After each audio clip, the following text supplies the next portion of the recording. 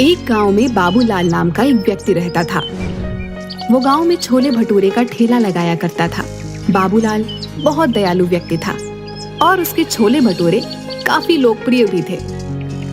बाबूलाल गरीबों को मुफ्त में ही छोले भटूरे खिलाता था। बाबूलाल की पत्नी निर्मला हर बार की तरह आज भी शाम को बाबूलाल से झगड़ा कर रही थी। अजी, मैं आपको समझा समझा कर तंग आ चुकी हूँ, लेकिन आप हो कि मेरी बात एक भी नहीं सुनते। आधे से ज्यादा तो छोले भटूरे तो आप मुफ्त में बांट देते हो। अगर ऐसा ही हाल रहा तो वो दिन दूर नहीं कि जब हमें कटोरा लेकर घर घर जाकर भीख मांगना पड़ेगा। मैंने तुमसे कितनी बार कहा है अनीता, रोज रोज मुझसे झगड़ा मत किया करो। तभी बाबूलाल के घर पर उसका दोस्त गज्जू अपनी पत्नी आशा के साथ आ गया। अरे बाबूलाल भाई, कैसे हो? सुना है कल मोहनलाल तुमसे बड़ी अकड़ में बात कर रहा था। बोल रहा था कि तुमने उसे 1 महीने से पैसे नहीं दिए। अगर कुछ दिनों में तुमने उसके पैसे नहीं चुकाए तो वो तुम्हारा ठेला भी जब्त कर लेगा और मारेगा अलग से। भाई साहब, आप तो इनके दोस्त हैं, आप ही क्यों नहीं समझाते इन्हें कुछ? मैं तो समझा समझा कर तंग आ चुकी हूँ।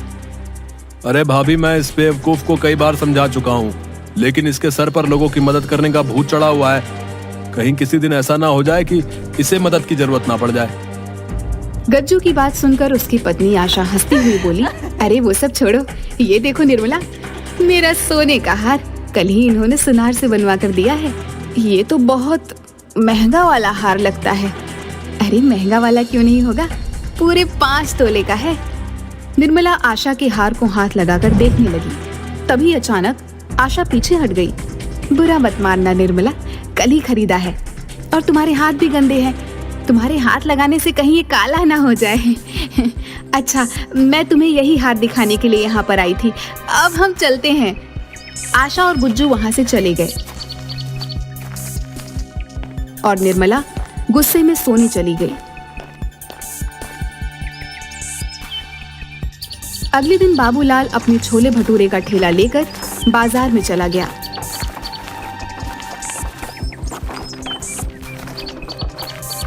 बाबूलाल के बगल में ही मुखिया का खास आदमी नरेश भी ठेला लगाता था। नरेश बाबूलाल को देखकर गुस्से से बोला, क्या आज भी अपने छोले भटूरे मुफ्त में बांटेगा? नरेश भैया, मैं सिर्फ गरीबों से पैसे नहीं लेता।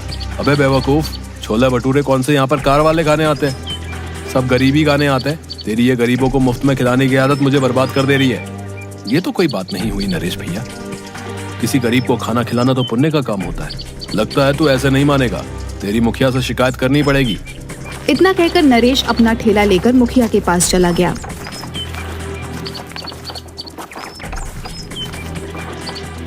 नरेश को गुस्से में देखकर मुखिया बोला, क्या बात है नरेश, आज इतने गुस्से में क्यों है? मुखिया जी, वो बाबूलाल मेरे ही बगल में ठेला लगाकर लोगों को मुफ्त में खाना खिला देता है। अब आप ही बताओ, जब लोगों को मुफ्त में छोले भटूरे खाने को मिलेंगे तो भला मुझसे वो क्यों खरीदेंगे? मेरा बहुत नुकसान हो रहा है। नरेश की बात सुनकर मुखिया गहरी सोच में डूबकर बोला, तो चिंता मत कर, इसका उपाय है मेरे पास। इस बाबूलाल को गरीबों को खिलाने की बहुत आदत है ना। आज के बाद इसके पास इतने गरीब लोग आएंगे कि ये बाबूलाल उन्हें खिलाते खिलाते कंगाल हो जाएगा। मैं आपकी बात का मतलब नहीं समझा। अगर तू समझता होता तो तू मेरी जगह होता ना। बस तू निश्चिंत होकर यहाँ से चला जा, चल। नरेश वहां से चला गया। अगले दिन मुखिया ने अपने लोगों को इकट्ठा करके उनसे कहा, सुनो, तुम सबको मैंने यहाँ पर एक खास काम के लिए बुलाया है। आज से तुम लोग सब गरीब बनकर बाबूलाल के ठेले पर जाओगे और उसके छोले भटूरे खाकर आओगे। देखता हूँ ये बाबूलाल कब तक मुफ्त में छोले भटूरे खिलाएगा। अगले दिन मुखिया के सारे आदमी गरीब बनकर बाबूलाल के ठेले पर पहुंच गए और उस दिन उन सब ने किसी भी ग्राहक को आने का मौका नहीं दिया। उस दिन के बाद वो सब रोज भेस बदल कर आते और बाबूलाल के मुफ्त में छोले भटूरे खाते। कुछ ही दिनों बाद बाबूलाल कर्जे में आ गया और अब कर्जदार उसे परेशान और घेरने लगे।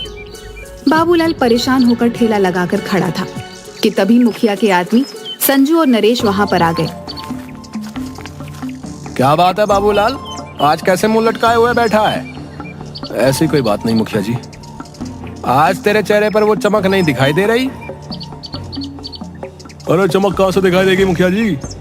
बाबूलाल भैया को गरीबों को मुफ्त में छोले भटूरे खिलाने का बहुत शौक चढ़ा था, लेकिन अब तो इनके खुद के भूखे मरने के दिन आ गए। ऐसा कुछ नहीं है संजू भैया। अगर ऐसा नहीं है तो फिर तेरा मुंह क्यों लटका हुआ है? संजू सही कह रहा मुखिया जी। बाबूलाल, मेरी एक बात समझ में नहीं आती, तो गरीबों को ही छोले भटूरे मुफ्त में क्यों खिलाता भाई? अमीरों में क्या कांटे लगे हैं क्या? हैं? क्या अमीर इंसान नहीं होते हैं? किसी भूखे को खिलाना तो बड़ा पुण्य का काम होता है मुखिया जी, और किसी का कर्जा न चुकाना भी तो बड़ा पाप का काम होता है बाबूलाल। मैं आपकी बात का मतलब नहीं समझा। तू अच्छी तरह से समझ रहा है कि मैं क्या कहना चाहता हूं। आज ही मेरे पास सीताराम और मोहनलाल तेरी शिकायत लेकर आए थे और बोल रहे थे काफी दिनों से तूने उनके पैसे नहीं दिए। मैं उनके पैसे जल्द लौटा दूंगा मुखिया जी। अगर 3 दिन के अंदर अंदर तूने उन दोनों के पैसे नहीं चुकाए ना, तो गांव में पंचायत बैठाकर उन दोनों से 25-25 चप्पलें हर्जाने बतौर तेरे सर पर पड़वाऊंगा। ढोंगी कहीं का। इतना कहकर मुखिया वहां से चला गया और वहां मौजूद सभी लोग बाबूलाल को देखकर हंसने लगे। अब तुझे पता चलेगा बाबूलाल कि तूने मुखिया का और मेरा बहुत नुकसान करवाया है। शायद तू जानता नहीं था कि जो मैं छोले भटूरे का ठेला लगाता था ना, इसमें मुखिया का ही पैसा मिला हुआ था। मुखिया अपना नुकसान का एक एक पैसा तुझसे वसूल लेगा। तेरे सर पर चप्पल ना पड़वा दी तो फिर कहना। नरेश सही कह रहा बाबूलाल, तू तो बड़ी मुसीबत में फंस गया भाई। अब 3 दिन में पैसे कहां से ला कर देगा? बाबूलाल ने उन दोनों की बात का कोई जवाब नहीं दिया। वह चुपचाप खड़ा रहा। रात में बाबूलाल जैसे ही अपने घर में घुसा, उसकी पत्नी ने उसे देखकर चिल्लाना शुरू कर दिया। आ गए सच्चाई के देवता। तुम्हारे पीछे गांव का मुखिया आया था। तुम्हें पता है कितना जलील करके गया है? मुझे और तुम्हें कितनी गालियां देकर गया है? पता है मुझे। गांव के मुखिया ने मुझे भी सरे बाजार में बेइज्जत करने में कोई कसर नहीं छोड़ी। मेरी तो ये सोच सोच के हालत खराब हुई जा रही है कि 3 दिन के अंदर पैसों का इंतजाम कहां से करूंगा। अब यही दिन देखना बाकी रह गया था। ले देकर हमारे पास यही एक रहने का घर था, पर अब तो मुझे ये भी बिकता हुआ नजर आ रहा है। जाओ, इस मकान को भी बेचकर गरीबों और भूखमरों को मुफ्त में खिला देना। इतना कहकर निर्मला पैर पटकती हुई कमरे में चली गई और बाबूलाल पूरी रात नहीं सोया। अगले दिन बाबूलाल फिर से ठेला लेकर गांव की ओर चल दिया। बाबूलाल आज बहुत उदास था। वह अपना ठेला एक बरगद के पेड़ के पास खड़ा करके रोने लगा। हे भगवान, मैंने सुना था कि तू हमेशा दयालु लोगों की मदद करता है। मैंने तो गरीबों को मुफ्त में छोले भटूरे खिलाकर पुण्य का काम किया था, और इसके बदले मुझे क्या मिला? गांव का मुखिया सरेआम मेरी बेइज्जती करके चला गया। अगर 3 दिन के अंदर मैंने सीताराम और मोहनलाल के पैसे नहीं दिए तो बीच पंचायत में मुखिया मुझे चप्पल पड़वाएगा। मेरी क्या इज्जत रह जाएगी? अब मैं किसी भी गरीब को मुफ्त में नहीं खिलाऊंगा। मुझे माफ कर देना भगवान। मेरे पास इसके अलावा और कोई चारा नहीं। कुछ देर बाद बाबूलाल गांव में जाकर ठेला लेकर आ गया, मगर आज उसने किसी को मुफ्त में नहीं खिलाया। कुछ देर बाद एक बूढ़े पति पत्नी उसके पास आकर खड़े हो गए। हमने सुना है बेटा कि तुम गरीबों को मुफ्त में खिलाते हो। हम पति पत्नी 3 दिन से भूखे हैं। भूख से हमारी हालत खराब है। क्या तुम हम दोनों को छोले भटूरे खिला सकते हो? हमारे पास पैसे नहीं है। माफ करो बाबा, आज मैं किसी को मुफ्त में नहीं खिला रहा। बाबूलाल की बात सुनकर वहां पर खड़े हुए लोग बाबूलाल को देखकर हंसने लगे। ठीक है बेटा, जैसी तुम्हारी मर्जी। मैं तो किसी भी प्रकार से भूखा रह लेता हूँ, लेकिन ये मेरी पत्नी कुछ दिनों से बीमार भी चल रही है। तुम ऐसे ही कुछ खिला दो। मेरी मजबूरी समझो बाबा। मुझसे किसी को भूखा नहीं देखा जाता, लेकिन आज मैं बहुत मजबूर हूँ। अगर आज भी मैंने मुफ्त में खिला दिया तो मेरी बहुत ज्यादा बदनामी और बेइज्जती हो जाएगी। मेरे पास पैसे तो नहीं है बेटा, लेकिन हाँ, कुछ मिट्टी के कंकड़ पड़े हुए हैं। तुम उन मिट्टी के कंकड़ों के बदले मुझे और मेरी पत्नी को छोले भटूरे खिला सकते हो। बाबा, मैं भला मिट्टी के कंकड़ों का क्या करूंगा? मुझे पैसों की जरूरत है। गरीब की दी हुई कोई भी चीज बेकार नहीं होती बेटा। एक ना एक दिन वो काम जरूर आती है। उपहार समझकर रख लेना। बाबूलाल को उस बुजुर्ग पर बहुत ज्यादा तरस आया। ठीक है बाबा, लाओ उन मिट्टी के कंकड़ों को दो। मैं तुम्हारा आशीर्वाद समझकर रख लेता हूँ। तुम दोनों जितना खा सकते हो उतना खा लो। उस बूढ़े ने एक पोटली बाबूलाल के हाथों में थमा दी। बाबूलाल ने देखा उसमें मिट्टी के कंकड़ रखे हुए थे। बाबूलाल दोनों पति पत्नी के लिए गर्मा गर्म छोले भटूरे बनाने लगा।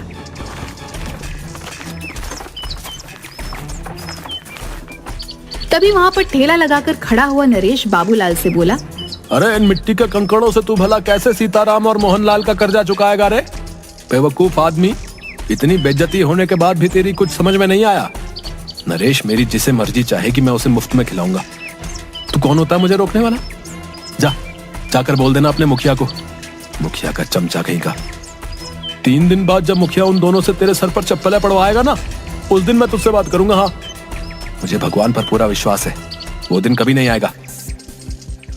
इतना कहकर बाबूलाल फिर से छोले भटूरे बनाने लगा, मगर देखते ही देखते वह बूढ़े पति पत्नी बाबूलाल के सारे छोले भटूरे खा गए। बाबूलाल जरा सा चेहरा लिए उन्हें देखता रह गया। उसने देखा उसके ठेले पर अब कुछ भी नहीं बचा था। बाबूलाल चुपचाप अपने घर चला गया। क्या हुआ, आज दोपहर में ही कैसे चले आए? कहीं आज भी सारे छोले भटूरे कहीं बांट तो नहीं आए? निर्मला, मुझसे इस वक्त बात मत करो। अरे तो फिर और किससे बात करूं? अपना सर दीवारों पर मारूं क्या? मेरी तो सोच सोच के हालत खराब होते जा रही है कि 2 दिन बाद क्या होगा। वैसे तुम कभी शाम से पहले घर नहीं आते, आज क्या हुआ? बाबूलाल ने अपनी पत्नी को सारी घटना बता दी। हे भगवान, इस आदमी का मैं क्या करूं? इसने तो बेवकूफीपन की सारी हदें पार कर दी। अरे उन दोनों को सारे छोले भटूरे खिलाने की क्या जरूरत थी? मुझे क्या पता नहीं था। मुझे लगा था कि वो 2 या 3 से ज्यादा नहीं खाएंगे, लेकिन उन्होंने तो देखते ही देखते सारा ठेला साफ कर दिया। लाओ, मुझे भी दिखाओ आखिर उन दोनों ने कौन सी मिट्टी के कंकड़ दे दिए हैं जिसके बदले तुम आज सारे छोले भटूरे उनमें लुटा कर आ गए। वहाँ पर खड़े लोग तुम्हारा मजाक गलत नहीं उड़ा रहे थे। भला कोई मिट्टी के कंकड़ के बदले छोले भटूरे खिलाता है क्या? मैंने उन मिट्टी के कंकड़ के बदले उन्हें छोले भटूरे नहीं खिलाया अनीता। उन दोनों के चेहरे से साफ लग रहा था कि वो कई दिन से भूखे हैं। लाओ दो मुझे, मैं भी तो देखूं उन गरीबों के उपहार में ऐसा क्या है। बाबूलाल ने उदास मन से वह पोटली अपनी पत्नी को दे दी और पोटली में कंकड़ देखकर निर्मला गुस्से से चीखते हुए बोली, हाय राम, अब इस कंकड़ का क्या करूं? लगता है तुम्हारी किस्मत में सीताराम और मोहनलाल के हाथों चप्पल खाना ही लिखा है। अब जो होगा देखा जाएगा निर्मला। अगर भगवान ने मेरी किस्मत में गांव वालों के सामने मेरी बेइज्जती ही लिखी है तो उसे कोई नहीं बदल सकता। बाबूलाल वहां से चला गया और 2 दिन बाद बाबूलाल पंचायत में सर झुकाए खड़ा था। क्यों रे बाबूलाल, पैसे लाया है? इंतजाम नहीं हो पाया मुखिया जी, कुछ दिन की मोहलत और दे देते। वो तो हम तुझे जरूर देंगे, मगर सीताराम और मोहनलाल के हाथों चप्पल तो खा ले। ऐसा मत कीजिए मुखिया जी, मेरी बेइज्जती हो जाएगी। मैं किसी को मुंह दिखाने के लायक नहीं रहूंगा। क्या हुआ, उस दिन तो बड़ा मुंह चला रहे थे, मार खाने की नौबत आई तो अब इज्जत की दुहाई दे रहे हो? मुखिया सीताराम और मोहनलाल की ओर देखकर बोला, देखते क्या हो, मारो इस दानवीर को चप्पलों से। बड़ा दानवीर बना फिरता है, मक्कार कहीं का। मुखिया की बात सुनकर मोहनलाल और सीताराम बाबूलाल को चप्पलों से मारने ही वाले थे कि तभी वहां पर बाबूलाल की पत्नी निर्मला आ गई। खबरदार, जो मेरे पति को किसी ने हाथ भी लगाया। क्यों रे बाबूलाल की पत्नी, तुझे पता नहीं तेरे पति ने दोनों से कर्जा लिया था? तेरी इतनी हिम्मत कि तू मुखिया के आदेश को चुनौती दे?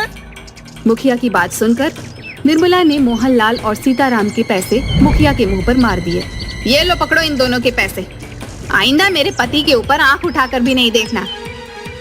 तू ये पैसे कहाँ से लेकर आई? तुम्हें इससे मतलब? तुम्हें इनके सारे पैसे चाहिए थे ना, और इनके पैसे मैंने तुम्हारे मुंह पर मार दिए। बाबूलाल निर्मला के पास पैसे देखकर हैरान रह गया। बाबूलाल ने आहिस्ता से निर्मला से पूछा, निर्मला, तुम ये पैसे कहाँ से लेकर आई? घर चलो, मैं तुम्हें सब बताती हूँ। बाबूलाल निर्मला के साथ घर पर आकर बोला, अब बताओ भी निर्मला, तुम ये पैसे कहाँ से लेकर आई? आज जब तुम्हें मोहनलाल और सीताराम पकड़ कर ले गए थे तो मैं फूट फूट कर रो रही थी। रोते हुए मुझे अचानक गुस्सा आ गया और मैंने गुस्से में वो पोटली बाहर फेंकने के लिए निकाली जिसमें कंकड़ थे। मगर जैसे ही उस पोटली में से कंकड़ फेंके तो उसमें से कंकड़ नहीं बल्कि बेशकीमती हीरे निकले। मैं तुरंत एक हीरा गिरवी रखकर पैसे ले आई और मुखिया के मुंह पर मार दिए। निर्मला की बात सुनकर बाबूलाल हैरान होकर बोला, लेकिन उसमें तो कंकड़ पत्थर थे। मैं भी हैरान रह गई थी। बहुत सोचने के बाद मुझे एहसास हुआ कि शायद वो दोनों बूढ़े पति पत्नी कोई मायावी लोग थे जो तुम्हारी मदद करने आए थे।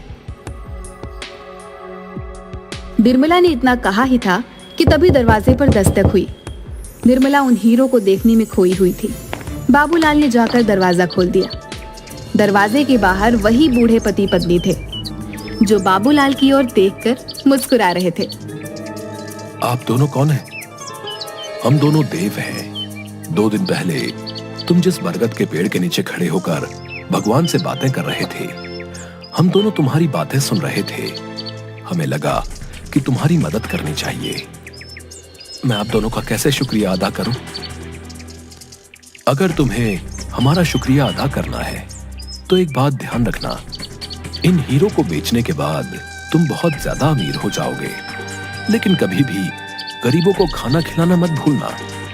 चाहे कितनी भी अड़चने आए, चाहे कितनी भी परेशानियां आए, याद रखना भगवान उस व्यक्ति को बहुत ज्यादा पसंद करता है जिसके दिल में दूसरों के लिए दर्द होता है। इतना कहकर वो दोनों बूढ़े पति पत्नी वहां से गायब हो गए। उस दिन के बाद बाबूलाल देखते ही देखते बेहद अमीर हो गया, लेकिन वो आज भी गरीबों को मुफ्त में छोले भटूरे खिलाता है।